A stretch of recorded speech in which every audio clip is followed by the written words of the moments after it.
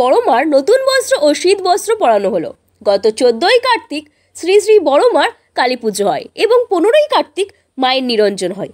মন্তেশ্বর ব্লকের অন্তর্গত মধ্যমগ্রাম পশ্চিমপাড়া বারোয়ারি উদ্যোগেও তপন স্মৃতি সংঘের ব্যবস্থাপনায় প্রত্যেক বছরের ন্যায় এ বছরও রবিবার সন্ধ্যায় ধুমধাম সহকারে বড় মায়ের পুকুর থেকে বাদ্যযন্ত্র সহকারে শ্রী শ্রী বড় মা কালী মায়ের কাঠামো অর্থাৎ মেড মূল মন্দিরে নিয়ে আসা হলো এবং মাকে বিশেষভাবে পুজো অর্চনা করা হয়।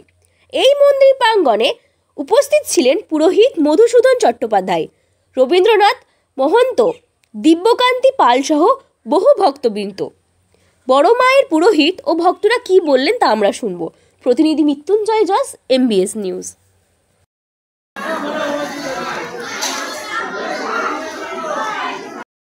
ঠাকুর সাহেব, আজকে আমাদের এখানে কি পুজো হচ্ছে? এখানে আমাদের দক্ষিণাকালী কার্তিক মাসে যে দীপান্বিতা অমাবস্যায় পুজো হয়।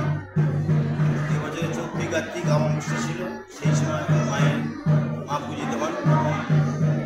বিজয় হয়ে যাওয়ার পর এখন মাকে পুনরায় মায়ের যে মূর্তি আছে স্থাপনা করা হয়।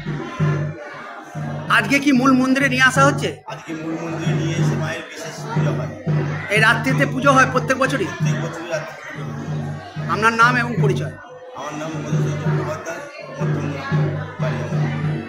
আপনি এই মন্দিরে পুরোহিত? আমি এই মন্দিরের সেবা করি। ধন্যবাদ। এখানে কি পুজো হচ্ছে আপনাদের? আজকে আমাদের মধ্যমগ্রাম বস্তিপাড়ার বড়মা কালীতলার 14ই কার্তিক যে শ্যামামায়ের পুজো হয়েছিল, 15 তারিখে বিসর্জন হয়েছিল, মাকে বিসর্জন করা হয়েছিল।